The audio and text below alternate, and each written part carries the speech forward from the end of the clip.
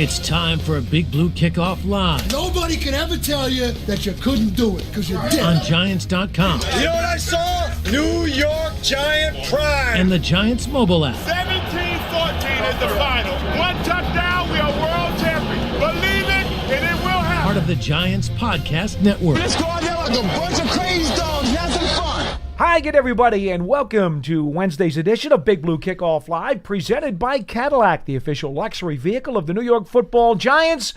So glad you could be with us. We're going to be here for 1 hour on this very rainy afternoon here in East Rutherford, New Jersey, to talk New York Giants and NFL football with you. Our number is 201-939-4513.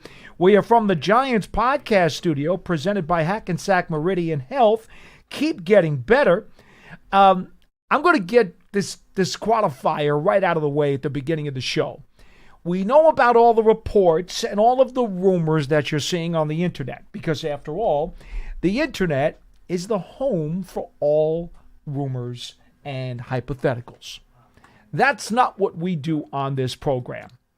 League rules tell us in this building that no one can discuss publicly, or for that matter, print publicly, anything about the NFL schedule that comes out at 8 p.m. tonight Eastern Time.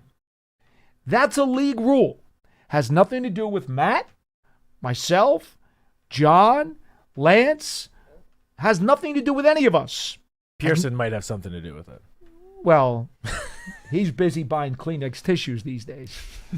Is that an analogy or the fact that the Celtics are getting squashed? I'm not sure. But in any event, it's all in good fun. We love him.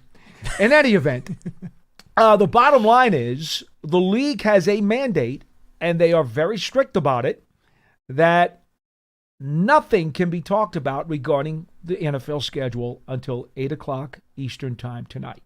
So I offer that to you right off the top because there's nothing we're going to say about it. It's that simple. And if you want to tune out, you can. I understand. It's what everybody is talking about today. I get that. What we are going to do instead is lead off this program, and we'll take all your phone calls anyway. We hope you have something else to say. But we're going to lead off this program with a thought about the NBA draft lottery and how it might apply to the National Football League. Now, you folks understand that the NBA draft lottery is weighted. The bottom tier of teams get, well, it's ping pong balls now, but at one point it used to be envelopes and ping pong balls and everything else. There's a weighted percentage based on where you finish in the lower tier of the league. That determines how many cracks you get inside that big bucket of air when they throw the ping pong balls in there, and then they pull them out in reverse order, and that determines how the draft order is going to be. Now, the NBA did this many years ago because they were sick and tired of people talking about tanking. It's that simple. Matt, I don't know if you remember San Antonio when they wound up losing games, not intentionally, but maybe didn't put 150% effort into games to land one Tim Duncan at the top of the NBA draft. That's kind of where all this crap started. And so the league decided to use a weighted lottery formula. The NFL still does not do that. They still go by reverse order, including tiebreakers. And that's why the Giants landed with the third overall pick in this year's draft. They won 3 games. They had to deal with tiebreakers, and that's where they wound up. So we ask you about this today because, as we know, the NBA lottery for this upcoming draft just took place the other night. The Nets actually lost 2 spots, as Matt will tell you about in a moment. In fact, I'm going to open this up to him. I'm going to let him go through his spiel first because you guys already know how I feel, but I'll save that for later. So the Nets lost 2 spots. They're 8th instead of 6th in the draft process because they fell. As we all know, the Dallas Mavericks wound up with the number 1 pick, and they jumped a whole slew of spots. Funny how that happened. Okay. So, in any event, you can lose, you can gain, you can also stay the same. The bottom line is, once you get thrown into that big jar of ping pong balls, anything can happen. But what it does do, it does prevent all of this constant chatter during the last month of the season of NBA fans talking about tanking for the number one pick. That it does do. It enhances your percentage chance, but it doesn't automatically get you that guy who you think is going to be the overall number one pick. So, Matt, with that, I open it up to you. Yeah, well, for starters, just looking at the NBA draft lottery, since they adopted this new method, formula, whatever, process, whatever you want to call it, the team that has finished with the worst record and hence the best odds of winning the lottery, not a single time have they actually won the number one pick. Mm-hmm. So I'm not going to say sit up here and say that, with this draft lottery, the new method, that NBA teams have stopped tanking, because I don't think that would be a truthful thing to say based on how some teams around the NBA have, structured their rosters going into the season, how they've handled, sitting certain star players or better players later in the season. There definitely is still some, unofficial tanking, at least attempted tanking going on. Not to the degree the Spurs did it, though. No.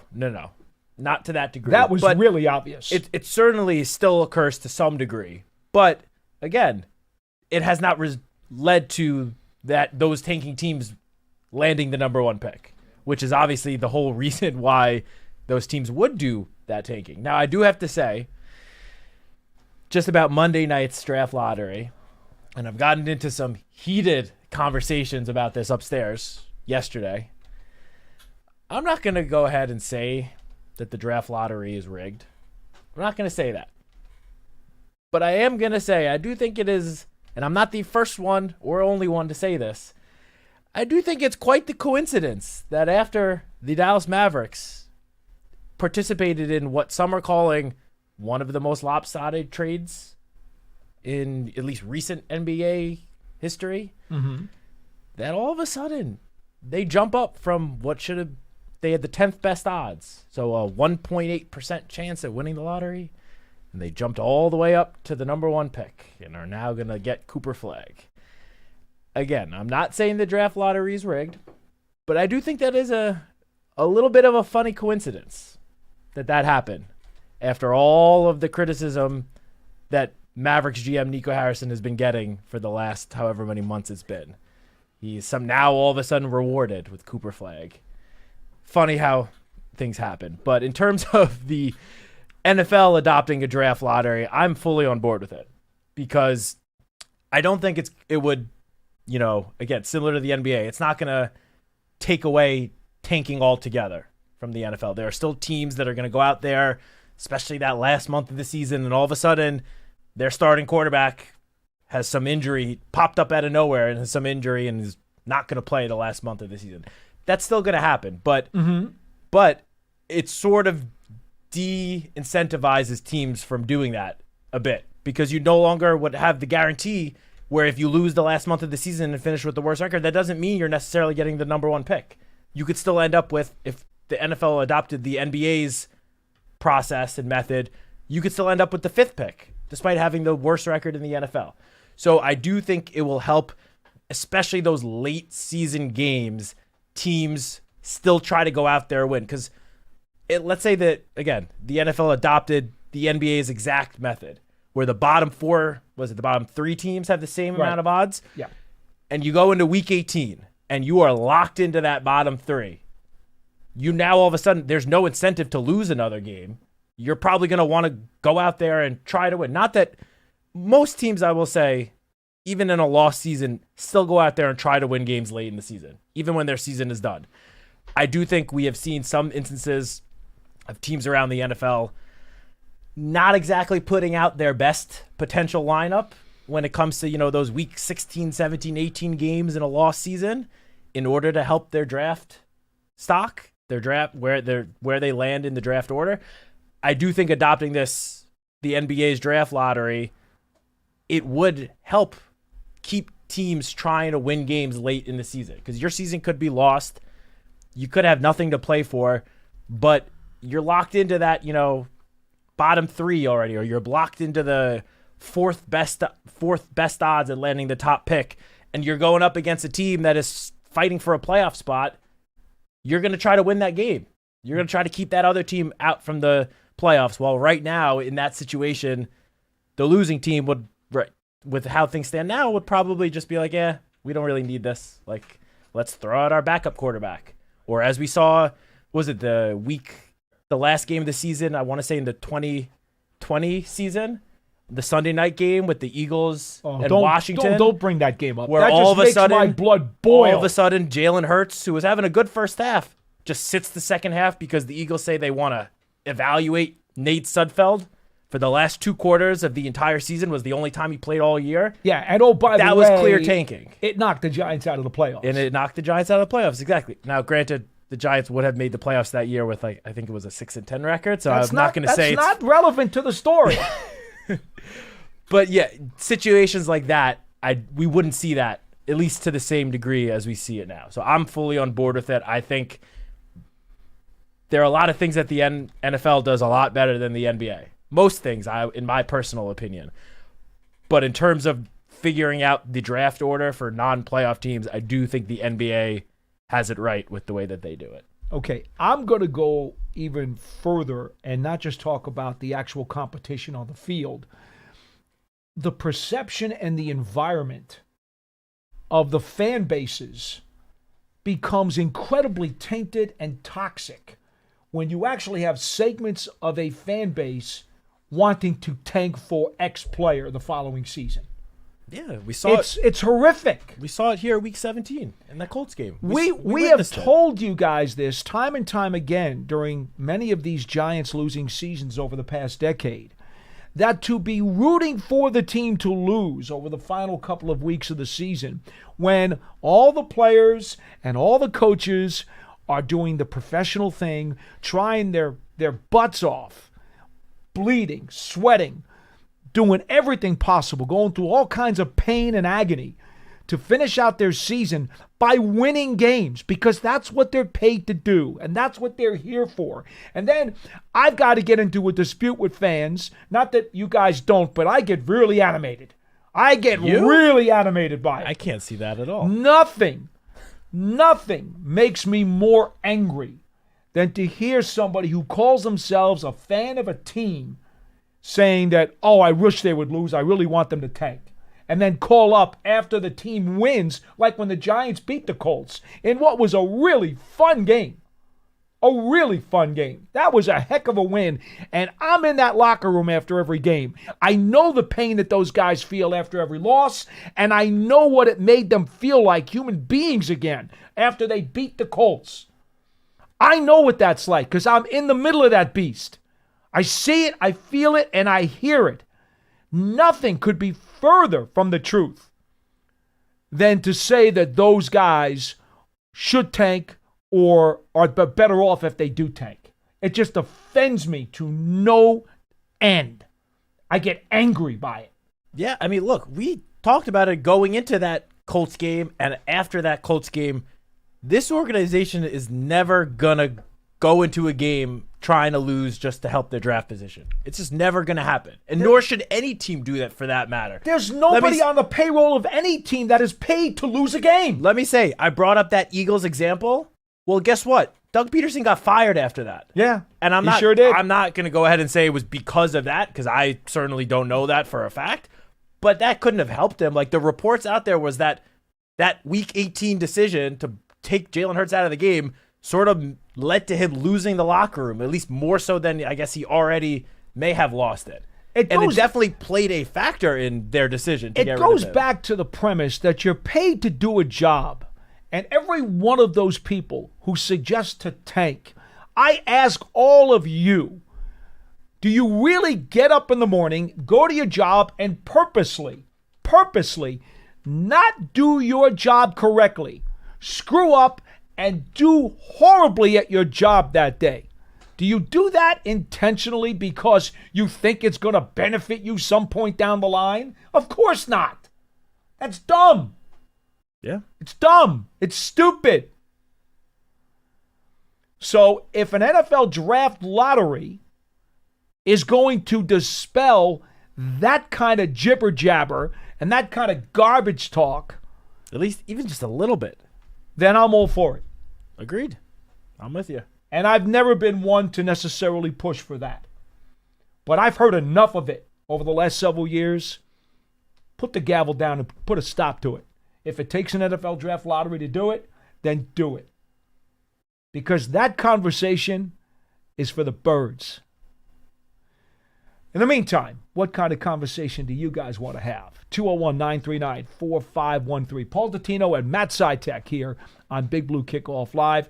And let's see if we can go to the phones and open up the lines and get our first phone call of the day. And it's Mark from New Jersey who would like to discuss the draft lottery. Hello, Mark. Good afternoon, gentlemen. Thanks Hi. for taking my call. Just want to preface the call. I'm not a Giants fan, but I used to call your show quite a bit during the pandemic, and great format, great comment. I wish you guys would go longer than an hour because I really feel like you give the Thank fans you. a voice You're very kind for sticking with us. on the show. And I'm in lockstep with you, Paul, from the sense of there's such a pain exchange that happens during a football game. It takes a lot of physical exertion and asked guys to go out there and just purposely just get beat up for 60 minutes by men that weigh 250 plus pounds to 300. You're insane. That's crazy. And fans that do that, there's already fan bases talking about doing that for Ark Manning. Oh, It's sure. it's already happened. And Cleveland's by the doing way, it. we don't even know what year he's going to come out of school either. Yeah. Think about how dumb that is. Well, Peyton Manning did that in '97. He stayed? He went Eli back stayed? to Tennessee. Yep.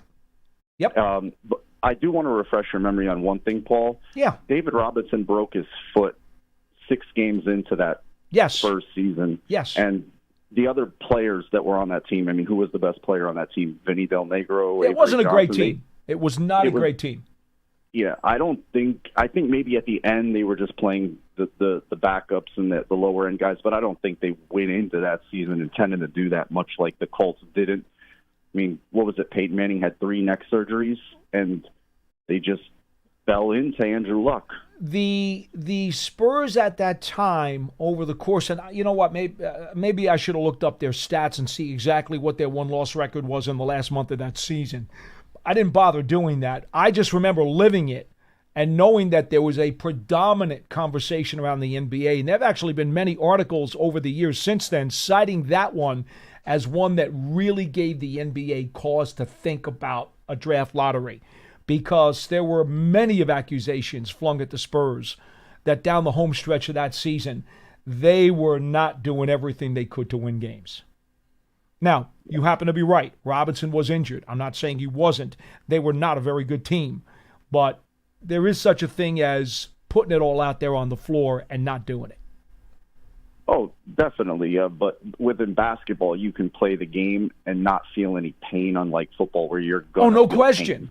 That's why that's why I get so angry about it in the NFL. With the NBA, I don't necessarily foam at the mouth over the situation. But when it comes to the NFL, and I know what these guys are going through and what it costs them each and every week to get through the rigors of a season, oh yeah, I get really mad. I get really mad on their behalf that they would have to deal with fans for their team screaming to tank. I just have no tolerance for it.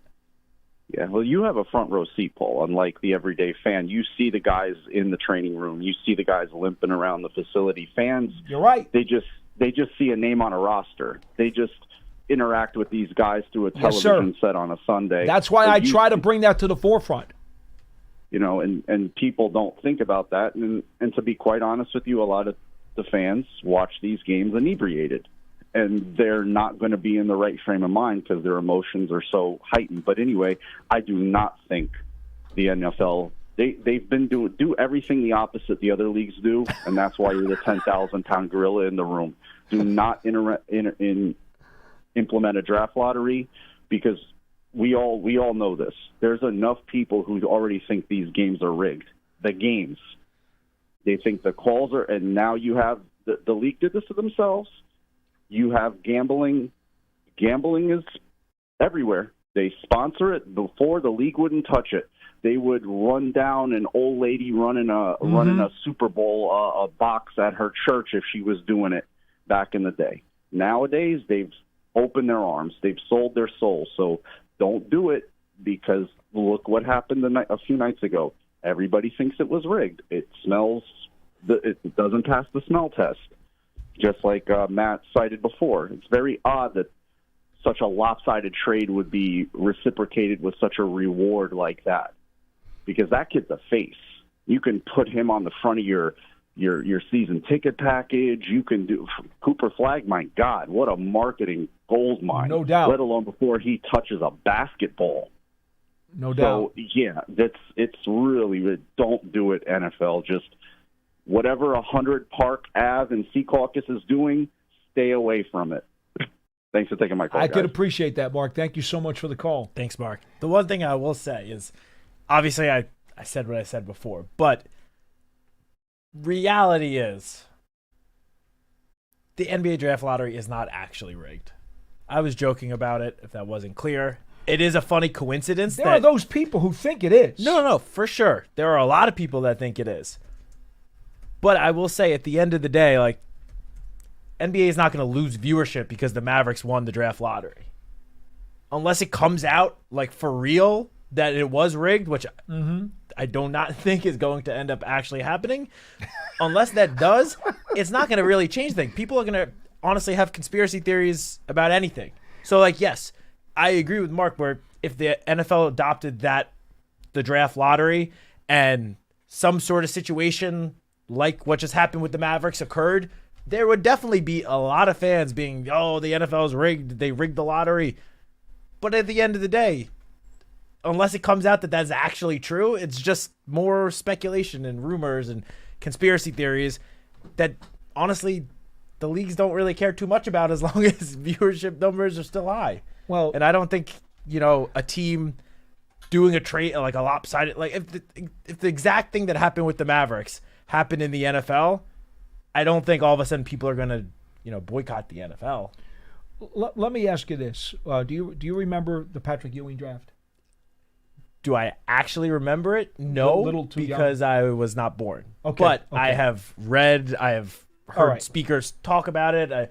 In my master's program, I literally had someone that used to work for the NBA at that time, who was high up, came in, and I asked him about that exact thing, and obviously it was a big talking point, of course, for the last 40 years. Which, of course, one of the greatly concocted rumors is that the envelope was in the refrigerator. Corner. Had a bent corner on it, or it was refrigerated so that it was freezing cold, and that, when the commissioner reached in, he knew which one to give the Knicks the number one pick. So that's why they went to the ping pong balls shortly thereafter. But again, because the envelope thing was being questioned by so many people.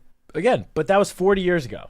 There's been nothing that has come out that has said for the last 40 years that it was actually rigged in any sort of way. In fact, I, have heard numerous people that were heavily involved with the process, could not argue more, saying there was legitimately zero sketchiness. There was nothing here that was out of the ordinary. It just happened the way it happened. Coincidences happen sometimes. Okay, and the Spurs were 4-15 over their final 19 games of the season. And not only did they lose a bunch of games, they got blown out in a bunch of those games. Yeah, I mean, what about the 76ers this year? Once Embiid got hurt, all of a sudden Maxey got hurt. Paul George got hurt.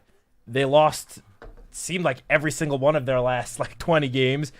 And it, kind of paid off for them, because they ended up with the 5th best odds. They jumped up to the number 3 pick in a draft that there's a consensus top 3, maybe top 4 players, and they were able to help push themselves up into it. That is a situation where I guess tanking somewhat got rewarded. But again, it's just odds. See, the interesting part, though, Mark tried to give us the other side of it. We're not into dealing with the whole tanking environment because, quite frankly, it smells, right? The whole thing smells. That's where my anger lies. He then said, well, but I don't want to see a lottery because I don't want them to be accused of fixing the lottery, which is the other side of the coin. When you have a lottery like the NBA does, there are still people who think that lottery's fixed. So you're damned if you do and you're damned if you don't.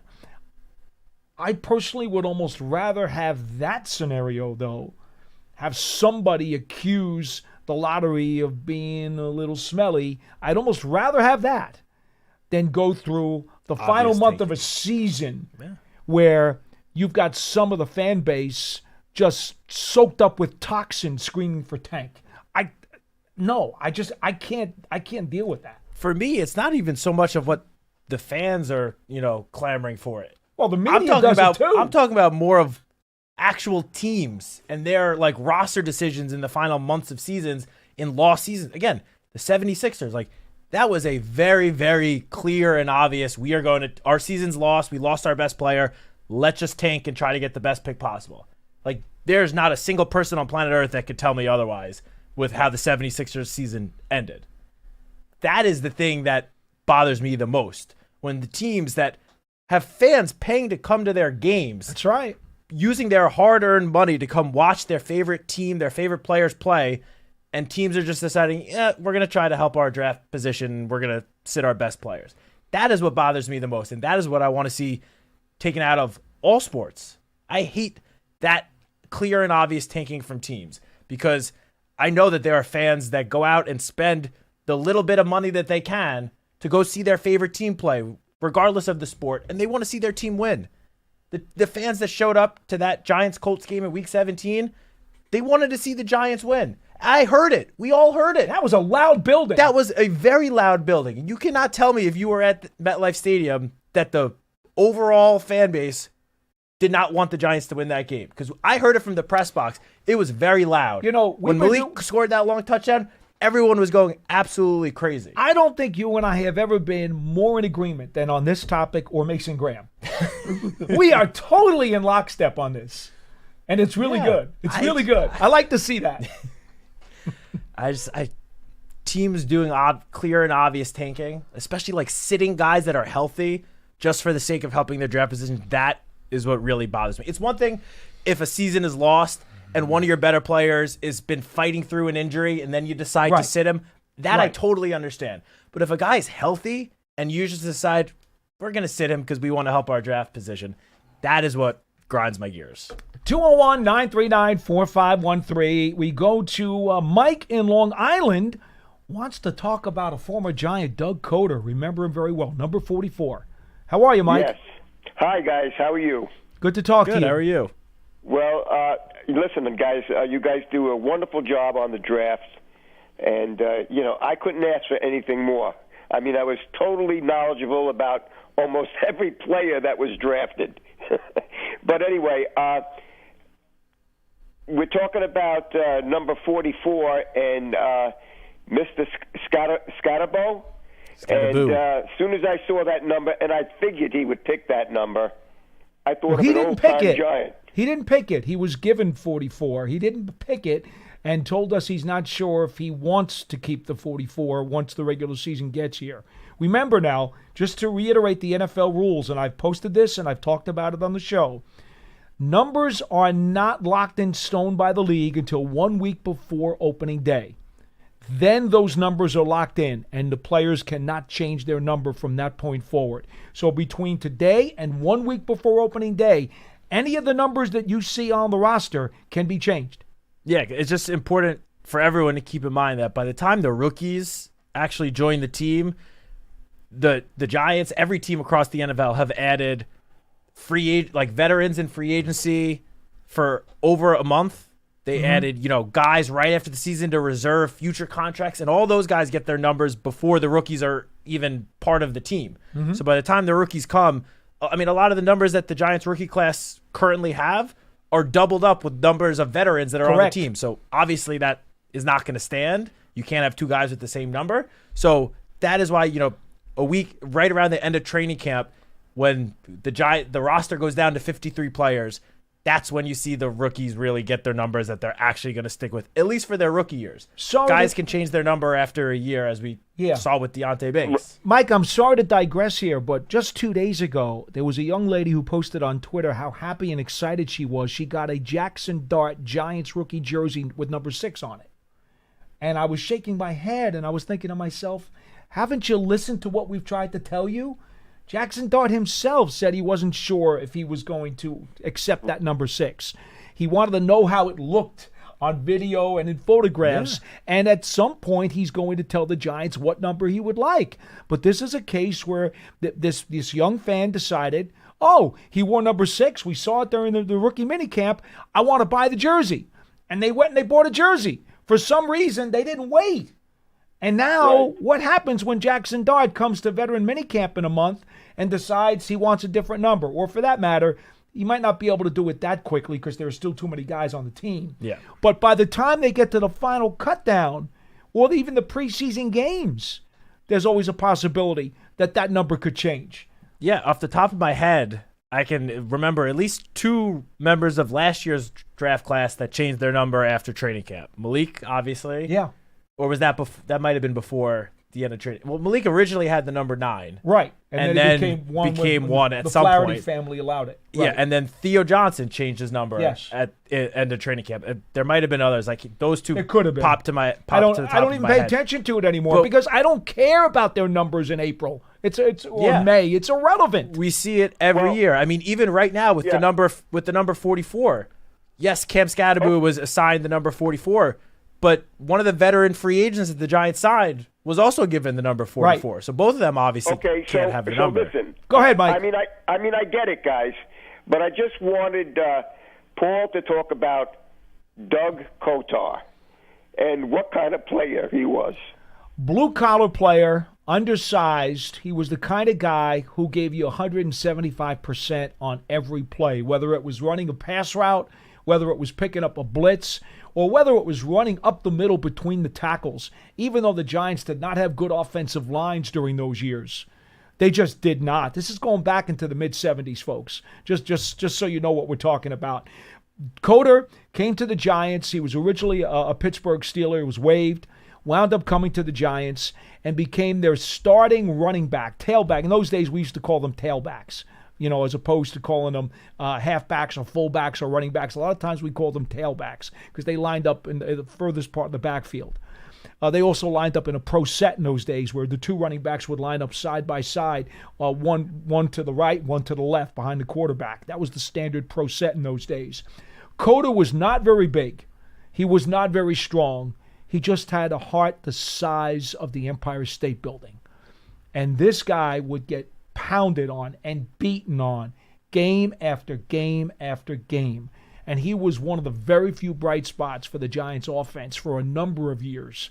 We're talking about Yale Bowl and then coming to the Meadowlands. Well, obviously Shea Stadium first for a year in 75. But Coder was a guy that you had to love because he was undersized and gave so much of himself and kept getting the stuffing beaten out of him. And he was as durable as could be for the amount of punishment that he took, and unfortunately wound up with a brain tumor that took his life. And the story at the end is I'm going to start crying if I talk about it because it's a sad, sad story. But to know this, when he was on his deathbed, Harry Carson went out, Captain Emeritus, Captain for Life, Harry Carson, because that's the kind of guy he is. Harry went out there to visit him when he was on his deathbed, and a whole bunch of the Giants teammates went out there for his funeral, and it was just heartbreaking in every way possible. Horrible, horrible, horrible, story at the end. But do never diminish what he was as a player. Blood and guts, blue-collar guy. Parcells would have loved him. I'll tell you that. Yeah, had he been here with the Parcells era, Parcells would have loved him. Coughlin would have loved him. But when I see Scottobo run, I'm thinking of him. Well, 2 totally different players, though, in terms of style. Scottobo is a bulldozer. Coder was an undersized guy who just gave everything with his heart. There's a big difference between the two. Coder did not have the tools that Scottobo has. He did not. Yep. Well, thank you for your time. Thank you. You guys doing a great job. And, appreciate it, Mike. God bless Doug Kotar. Yes, sir. Thank you so much for the phone call. Thanks Always love talking Mike. about some of the old Giants legends, and I do consider Coder a legend. even though his lifetime numbers with the Giants did not rank him up among the top leaders of all time. It was the kind of guy he was. He was so much loved by his teammates because of the way he put it all out there. And in all honesty, again, think about this. Steelers discard him, and the Giants pick him up, and he becomes their starter for several years. This guy was beating all odds, and that's why we all thought. And I wasn't covering the team at the time, but I certainly grew up knowing who he was. Everybody thought, well, he's beaten every odds that there were thrown in front of him to this point. He'll beat the brain tumor. He'll beat the brain tumor too. He didn't, unfortunately. Yeah, well, just based on how you're describing him as a player, I mean, it sounds similar to how Cam Scadaboo is kind of described. Not the play style, but the hard-nosed, physical attitude. Attitude, exactly. Yes, so the attitude. For one, I mean, we had that whole conversation about numbers not being official. I for one am I hope that he ends up somehow keeping number 44, because whether it's Doug Kotar, Ahmad Bradshaw, the number 44 running backs wearing the number 44 bring back some good positive memories for Giants fans, regardless of the era of Giants football you want to think about. So it may not end up being up to him completely, but I, for one, would love to see him stick with that number and continue to bring, pride to the number 44 at the running back position. They listed on Pro Football Reference Kotar, and Kotar, it's spelled Kotar, but we always knew him as Kotar. That was the way you pronounced it. They list him at 5'11", 205, and I still think that's a little much. If you watched him, you knew that was a little bit inflated. But for those of you who have not looked it up, the years was 74 to 81. He was with the Giants, and he did everything that the coaches could possibly ask of him, and just a joy watching him as a Giants fan. All right, we go to James from Georgia. You're next on Big Blue Kickoff Live. Hello. Hey, what's going on, guys? Good to talk to you. A couple things. Talking about the numbers, is it customary like a Giants practice, or is it just like something that the teams do where if somebody wore a number the year before or something on offense, that they change it to defense? Is that something that they just done in a couple of times, or is that something that they normally practice, Paul? I think you would know. I'm a little lost as to the question. I'm not sure I get it. So, give me an example. Yeah, give me an example. Sure. Go ahead. If they played on offense one year, right? Okay. And then, so this one, I guess we just seen it this year where 26 changed from running back to running back. So that there goes my question there, I guess. I just answered my own question. Do they change it from offense to defense? Like, will they give a player who was wearing, 21, like when what was the safety's name? Landon Collins? All right. Here's where I'm going to go. Here's what I'm going to do. I'm going to give you the rule. The NFL rule changed a couple of years ago.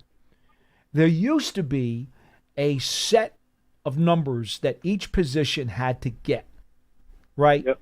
Like linebackers were 50s. Offensive linemen were 60s and 70s. Defensive linemen were 90s. They used to have a restricted amount this went on for decades, where they used to restrict the parameters of the position with a number group. Few years ago, I want to say how many, was it 4 years ago now when they opened it up? I believe it was 4. I think it was 4 years ago. 3 or 4. The league decided, okay, you know what? Players wanted individuality. They wanted to be able to pick their own numbers. A lot of guys have numbers that made no sense at all according to the NFL guidelines when they were coming out of school. And it's like, well, I want my number that I used at school. That's how I became an All-American. That's how I became a first-round draft pick. I want to wear my number in the pros. I'm superstitious.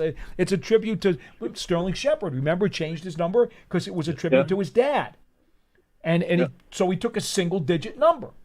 Okay? So the league decided that they were going to accommodate those types of feelings, and they opened up the numbers to everybody. Yeah. And so now the only dispute you have is if you're team has already retired a number, you now have to figure out, well, what are you going to do about that? You're going to ask, or you're not going to ask. Are they going to give permission? They're not going to give permission. They're going to go to the family. They're not going to go to the family. It opens up a different can of soup, if you will. But they opened up the numbers across the board from 0 to 99. So in answer to your question, there really is no such thing as an offensive or a defensive number anymore. There's still some restrictions. It's not like you can just choose any number 0 to 99. There are some. Are there? Yeah. Honestly, I didn't know that. I'm almost positive they loosened the restrictions pretty significantly when they made their changes a couple years ago. But I mean, Brian Burns to be 0? A quarterback. Thibodeau to be 5? A quarterback, can't wear the number 64, for example. Like, there are still some restrictions. I'm glad to hear that. Like, I think a quarterback still has to be, 0 through 19, I believe. 0 to 20 or something like that. Let's find out. Receivers can be in the 80s or 0 through 19, I believe. Okay. Let's see. But they definitely loosened them up, for sure. Oh, here we go. Here we go. I got it. Hold on. Okay, you know what? Go ahead. Go to your next point. Well, I missed the couple first minutes of the show. Did y'all say we're not talking about any league schedule stuff today? Correct. Okay. And so with the call back tomorrow. Okay. Just with to talk the about tanking and all the draft lottery stuff. Yep. Like y'all said, a GM, especially nowadays, even if he's the first-year GM or whatever, he's not guaranteed that second year if he tanks.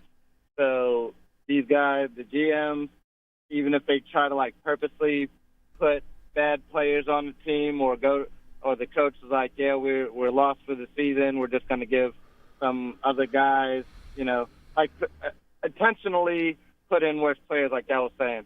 One that doesn't, it's not very it doesn't happen much in the NFL because there's so many other variables, and the guys that are, playing the game or playing so hard, it does them a disservice too, for them to, say, hey, none of these guys are injured, but we're not going to play them just because. We don't want to get an evaluation of our younger guys. We just not going to play any of our better guys. I don't think that works in the NFL. And also, I think the draft lottery would be good, but also, like I just said, guys are playing hard, and you lose games. You're just not a very good team. And despite what the fans think on tanking, if you lose, there should be some type of, reward system for being at the top of the draft or, for being a bad team. Because the players aren't thinking the same ways as the fans, no matter how much they're yelling. You're right. For, they don't. For bad team tank and all that. So you're right. I mean, I always, even in bad seasons, I always want to see a victory. Even if I've called before, I'm like, yeah, these were meaningless wins. I always want to see a victory. I never want to sit through 3 hours a game just to watch my team get pummeled. If we win in a dog fight, in a close game, and we lose, we lose. It happens, But to not be competitive sometimes, I think that's where a lot of us fans, we've been at the bottom for so long, especially the Giants team who has such a long lineage of winning and things like that. So I appreciate y'all taking my call. James, thank you. I'll listen to the number thing off the air. You're on the record, and we appreciate your phone call. Thanks, James. Thank you so much. All right. You were correct. So I stand corrected on this. Since 2023, the following positions can pick anything between 0 and 49. Punters, place kickers, running backs, tight ends, wide receivers. They also can pick, this is crazy. Punters and place kickers can also go between 90 and 99, as can linebackers, who also can go anywhere between 0 and 59. These ranges are so incredibly wide, like the Grand Canyon. It's almost like, why do we even bother with this? It's crazy. Wide receivers, running backs, and tight ends can also be between 80 and 99. Defensive backs are only allowed to be between 0 and 49. Quarterbacks can only be between 0 and 19. That may be a tip of the cap to Johnny Unitas. I don't know. Offensive linemen have to be between 50 and 79. And defensive linemen can also be between 50 and 79 or 90 and 99. Okay, we've now given you the jibber jabber that the NFL has given about the number parameters, and it's ridiculous. To be honest, looking at that, the only position that should have a specific range where players have to choose numbers between whatever, X and Y is offensive lineman. Because like when an extra offensive lineman comes onto the field, when the sixth lineman comes, he's got to announce himself to the refs. You can't just run on the field and pretend to be a wide receiver. Offensive linemen are the only, not that they would, be confused by a receiver with their size, but offensive line is the only position where you really do need to have a number range so like if a guy in that number is on the field, that means he's an offensive lineman. Other than that, I think a player it might look weird, it might take some getting used to, but if a quarterback wants to wear, 40, who cares?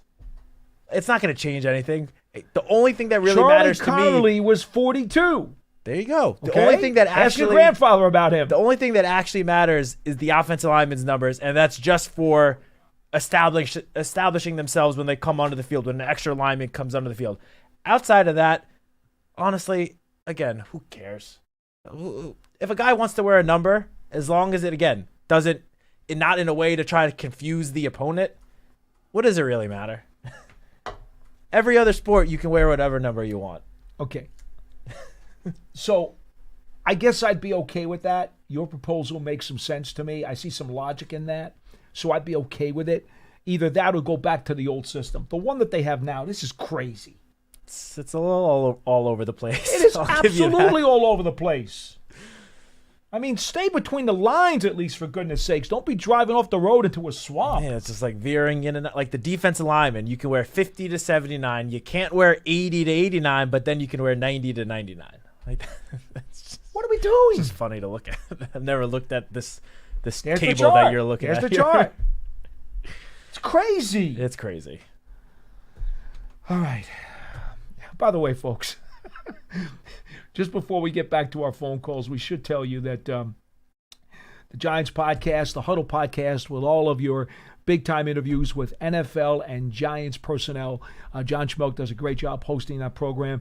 It is available for you on all your favorite podcast platforms. Go to giants.com/podcasts. And, of course, don't forget, if you're an Apple podcast, leave a positive review so we know that we should keep the show going. I know later on tonight you and John will be talking about the schedule, so that'll be cool. We'll obviously talk about that tomorrow on Big Blue Kickoff Live as well.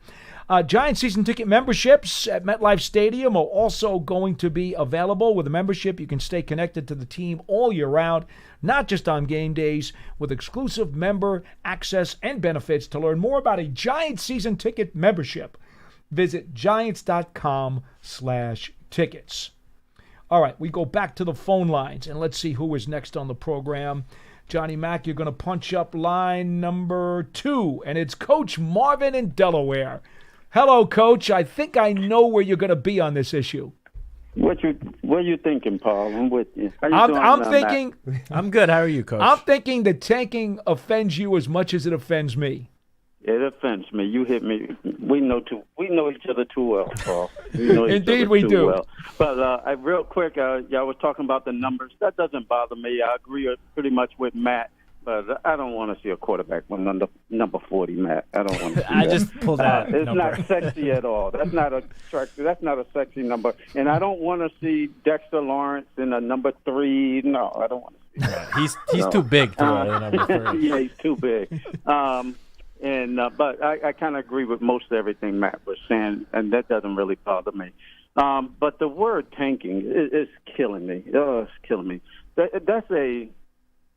I don't want to say all media it's more fan, and sometimes media people are fans too. So I'm gonna just say fans word. Players and coaches, we don't go into games like, you know what, guys, we're gonna tank this. We're gonna fumble a few times and throw a couple of interceptions and make sure we lose this game. It's a sticky situation. I think what happens, Matt was talking about the Philadelphia 76ers this year. I live in this area. They didn't tank. What happened, they had injuries. And the decisions they made, Embiid shouldn't be playing. and they made that decision for his health to sit him. So I can understand why their organization decided to sit their players. Matthews, he also got hurt, and they sat him. And Paul George is always hurt. So, yeah, I think he got hurt at drinking tea one time. So he's always hurt. So tanking, that word is very tough. Maybe they don't put the best players on the field, their best players on the field at time. So when we use the word tanking, do we want to say Kansas City tanked last year a little bit? Like, oh, let's just lose a game. Or do we say they rest their players?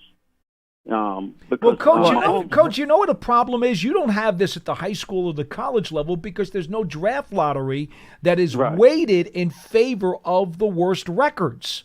You do have that in the pros, and that's why the concept or the conversation that fans will have about tanking is only going to be at the pro level.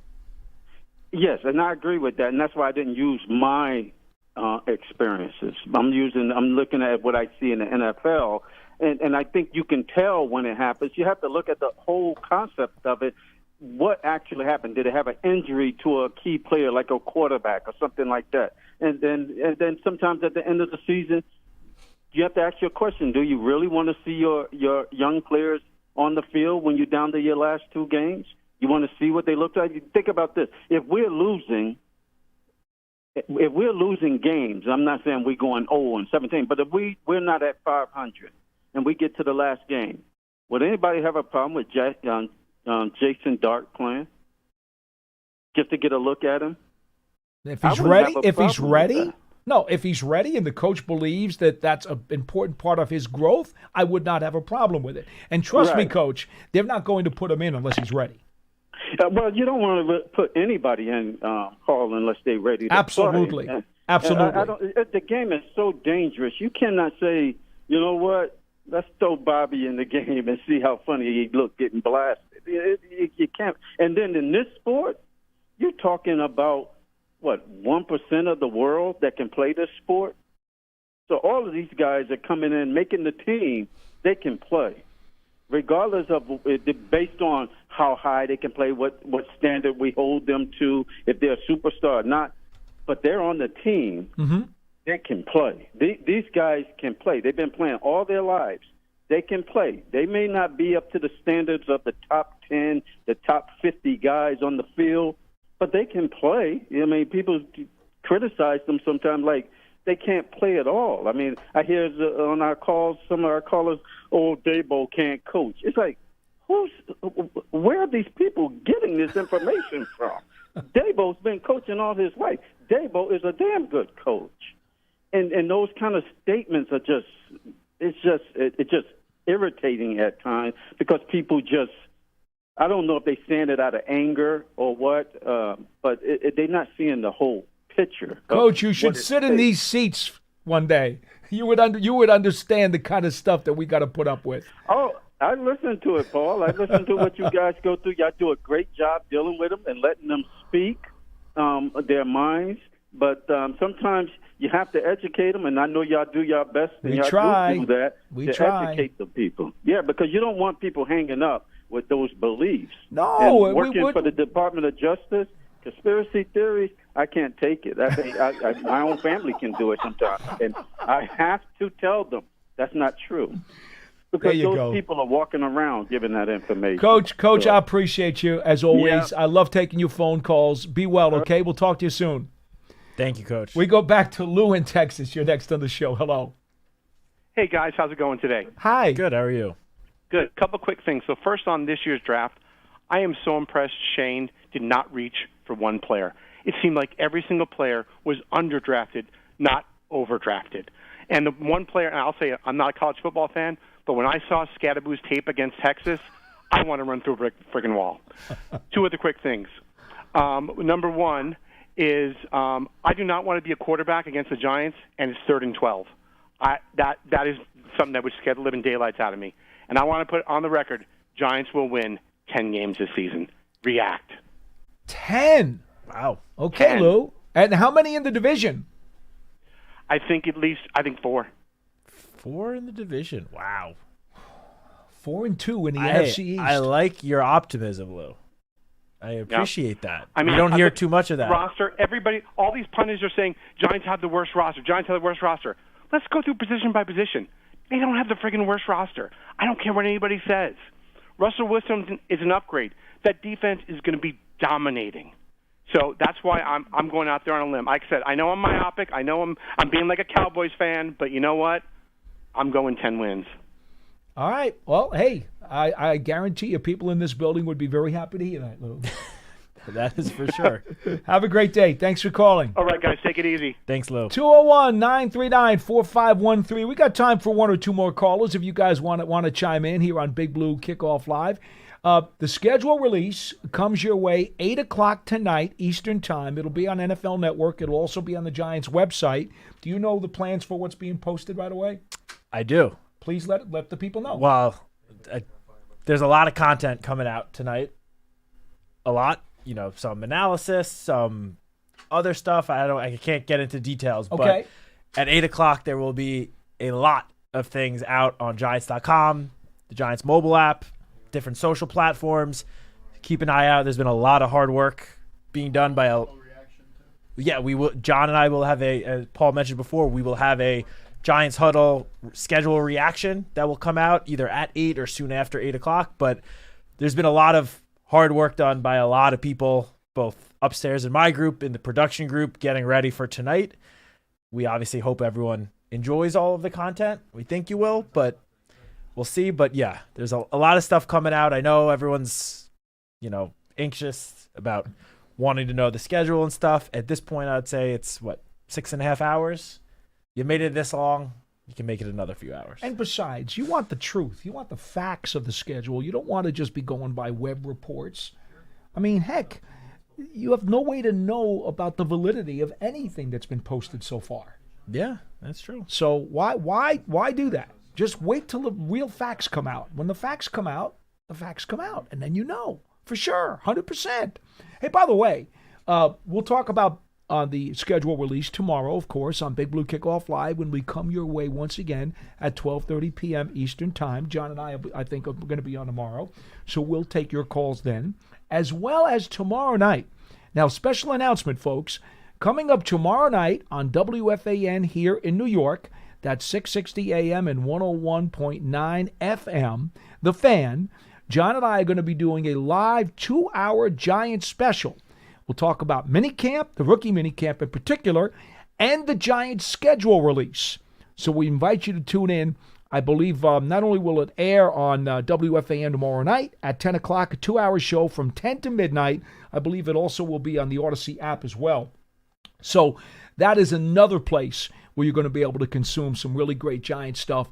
We're going to have some audio we're going to play back from key personnel involved in what happened during Giants rookie minicamp, some of the high draft picks. We'll talk about the schedule. We'll have it all for you tomorrow night. Again, 10 p.m. Eastern Time tomorrow night, 2 hours live, a special edition of Big Blue Kickoff Live on The Fan in New York City, WFAN. Back to the lines on this program. We go to Kurt in New Jersey. You are on Big Blue Kickoff Live. Hello. Hey, what's going on, guys? Hi. First-time caller. Thank you. Thanks for calling, Kurt. Been a big fan for many years. Last couple of days, I just tried to get through to you, and I finally was able to do it now. There's just a couple of things I want to say, some of the fans out there. Well, we're going to let you go. We're going to let you do it because you're the last caller on the show, so just go for it. I always believe that, every player goes out there and plays for the love. Goes out and plays for the love of the game. And, they go through all their aches and pains. I'm a fan. I want to see them play. I want to see them win or lose regardless of draft status. And then the other thing I wanted to hit on real quick is the last caller. He's going to go out on the limb with 10. I concur with that. I believe the Giants have a good chance of either breaking 500 or hitting that 10 win mark. And I also said the same thing, 4 wins in the division this year. Mm-hmm. That's all I really have to say. But like I said, I'm a big-time follower. I know I only got like a minute or so I just wanted to throw that out there. Fans love the game regardless if they lose or win, hell with the draft position. And ones that can't can't get on board with that, they should go follow badminton in Vietnam. All right. Well, thank you so much for the phone call. Please call again soon. Thanks, and Kurt. we appreciate your input. We get a variety of opinions there on the potential of an NFL draft lottery. Not that anything is brewing over at Park Avenue, because it's not. They're not talking about that. Nope. This was just a hypothetical. And as you know, I don't really care for hypotheticals too much. But in this particular case, because of the NBA draft lottery, it kind of lent itself to the topic. Yeah, no, it made sense for today's conversation. And I just want to say real quick, you touched on this earlier, and then we'll end the show. Talking about the Colts game that Kurt just brought up. Sure. As you said, we were in the locker room all season, whether it's in this building during the week, in the locker room after the games on Sundays. The atmosphere, the feeling in the locker room after that Colts game was light years different and better than it had been in just about any other post-game locker room, at least in a while last season. No one's going to argue that last season, was not rough for everyone. But the team, the players, the coaches, you could feel their excitement and joy after the performance in that Colts game, because it was an all-around dominant performance, one that we were obviously all wanting to see all season and wish it obviously would have come a little sooner, but we'll take it nonetheless. Those guys that are in the locker room that putting their blood, sweat, and tears into this game, it is their profession.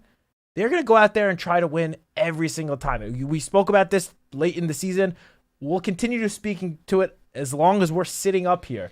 Those guys that are going out there and fighting for their jobs, for their livelihoods every week, they are never, ever, ever going to step on the field and just lay down and let the other team walk all over them. It's never going to happen. I never want to see it, and I know the people in this building never want to see that either. That game in that locker room proved that the phrase "play for pride" still exists. Yeah. It did. 100%. And it's not just fans. I've seen today with this whole NBA draft lottery, should the NFL adopt it, I've seen NFL reporters be like, oh, what's the need for a draft lottery? There's one guy, I'm not even going to say his name, who said 2 of the last 3 years a team has won a meaningless game late in the season and cost themselves the first pick, basically saying they should have just lost on purpose. Yeah. And these are guys that are credentialed NFL reporters even saying it. I hate that. Folks, that'll do it for this edition of Big Blue Kickoff Live, presented by Cadillac, the official luxury vehicle of the New York Football Giants. Thank you so much for being with us. Again, schedule, release information, all kinds of content dropping at 8 p.m. Eastern Time right here on Giants.com. We invite you to consume the product. We will be back to talk to you again tomorrow right here on Big Blue Kickoff Live at 12:30 p.m. Eastern Time for another hour of fun-filled conversation. From Citak, I'm Paul Dottino. We'll see you again next time.